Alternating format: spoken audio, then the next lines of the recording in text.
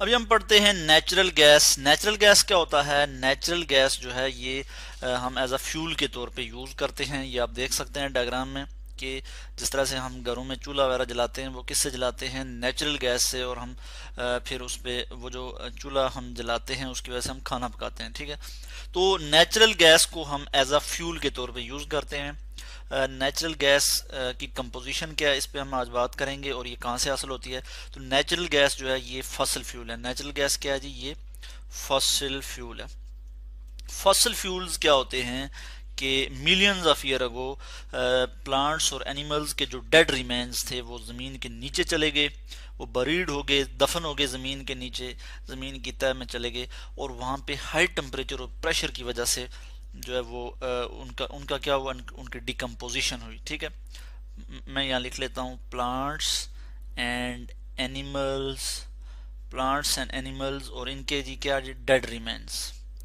Dead remains, plants और animal के जो डेड रिमेन्स हैं वो जब ज़मीन के नीचे चले गए, यानी अर्थ क्रस्ट में, ज़मीन की निचली तह में, अर्थ क्रस्ट, ठीक है, ज़मीन की जो तह है अर्थ क्रस्ट, जिसको क्रस्ट कहते हैं, अर्थ क्रस्ट, तो ज़मीन की तह में जब चले गए, ठीक है, ज़मीन की आप यूं समझे लेयर में चले गए, ज़मीन के नीचे जो लेयर्स हैं, ठीक है, उसमें अर्थ क्रस्ट भी एक लेयर है। और वहाँ पे जब प्लांट्स और एनिमल के डेड रिमेन चले गए तो वहाँ पे क्या था जी?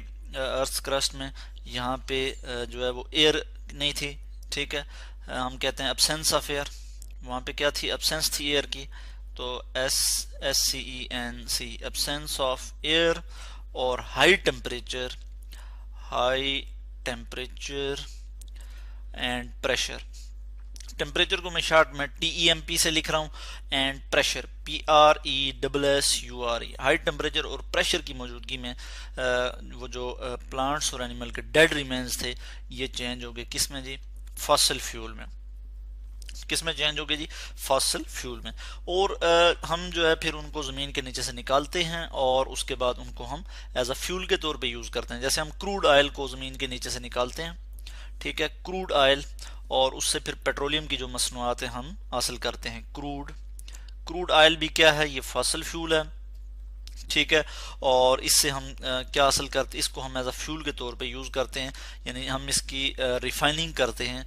और इसकी रिफाइनिंग जब हम करते हैं तो उसकी डिफरेंट फ्रैक्शंस को हम अलग करके, जैसे पेट्रोल है, डीजल है, और बहुत सी फ्रैक्शंस हैं, ठीक है, जिनको हम अलग करते हैं और एज अ फ्यूल के तौर पे यूज़ करते हैं। तो नेचुरल गैस जो है ये जो है प्लांट्स और एनिमल्स के जो डेड रिमेन्स हैं जो ज़मीन के नीचे बरीड हो गए थे उनकी डिकम्पोजिशन जब हुई, और डिकम्पोजिशन किस तरह से हुई कि in the absence of air और हाई टेम्परेचर और प्रेशर की मौजूदगी में, और उसके अलावा जो है बैक्टीरियल डीके की वजह से उनकी डिकम्पोजिशन हुई और वो जो है कन्वर्ट हो गए जो है किसमें? फॉसिल फ्यूल में। ठीक है, और अगर हम नेचुरल गैस की बात करें तो नेचुरल गैस में मीथेन जो है वो उसका एसेंशियल कॉन्स्टिट्यूएंट है। ठीक है जी, मीथेन जो है वो उसका एसेंशियल कॉन्स्टिट्यूएंट है CH4, मीथेन जिसे हम कहते हैं।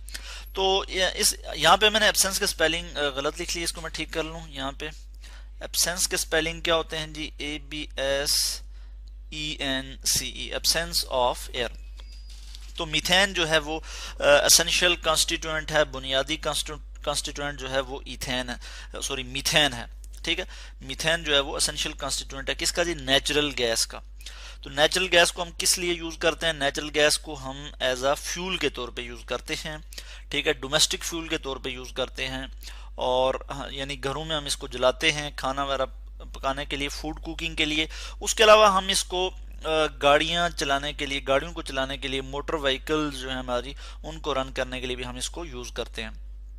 तो पाकिस्तान में जो नेचुरल गैस के ज़खायर हैं वो सुई के मकाम पे हैं। बलूचिस्तान में जो है सुई का एक एरिया है, उस जगह का नाम क्या है? सुई। ठीक है, तो वहाँ से जो है वो जो है नेचुरल गैस जो है वो निकाली जाती है।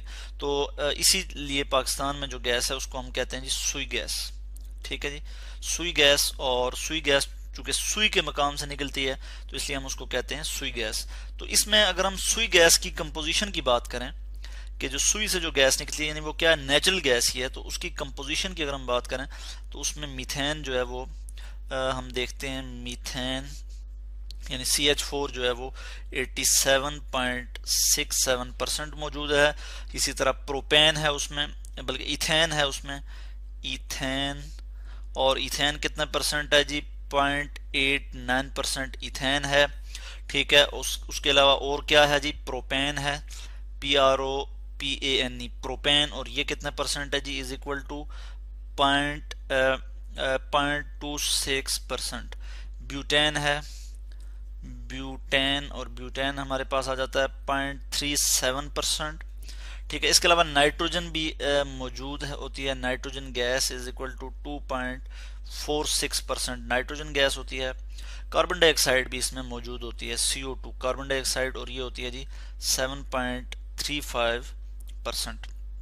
ठीक है, तो ये हमने बात की कि सुई गैस की जो कंपोजिशन है वो उसकी हमने बात की, और इसमें हमने मेनली देखा कि जो हाइड्रोकार्बन्स हैं, लो बॉइलिंग हाइड्रोकार्बन्स, ठीक है, जिनका बॉइलिंग पॉइंट कम होता है, उनका मिक्सचर होता है नेचुरल गैस। ठीक है, तो मीथेन, इथेन, प्रोपेन, ब्यूटेन, ये क्या है, ये हाइड्रोकार्बन है। ठीक है, मैं यहाँ पे लिख लेता हूँ कंपोजिशन। ठीक है, बल्कि इसको मैं यहाँ से ठीक करके लिख लूँ, कंपोजिशन,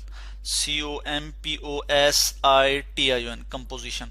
तो ये हमने यहाँ पे डिस्कस किया सुई गैस की कंपोजिशन। अब हम बात कर लेते हैं कि पाकिस्तान में जो नेचुरल गैस है, चूंकि वो चीपर है, तो इसलिए उसके यूजेस क्या हैं। ठीक है, यानी सस्ती है, इसके यूजेस क्या है, हम इसको कहाँ कहाँ यूज करते हैं। तो पाकिस्तान में हम यूज करते हैं for power generation, power generation. ठीक है, GENERATION, पावर जनरेशन। ठीक है, बिजली पैदा करने के लिए हम इसे यूज करते हैं, पावर जनरेशन के लिए हम इसे यूज करते हैं, सीमेंट मैन्युफैक्चर करने में हम इसे यूज करते हैं। ठीक है, सीमेंट बनाने में हम इसको यूज करते हैं, तो हम यहाँ पे लिखते हैं cement manufacture, FACTURE, cement manufacture.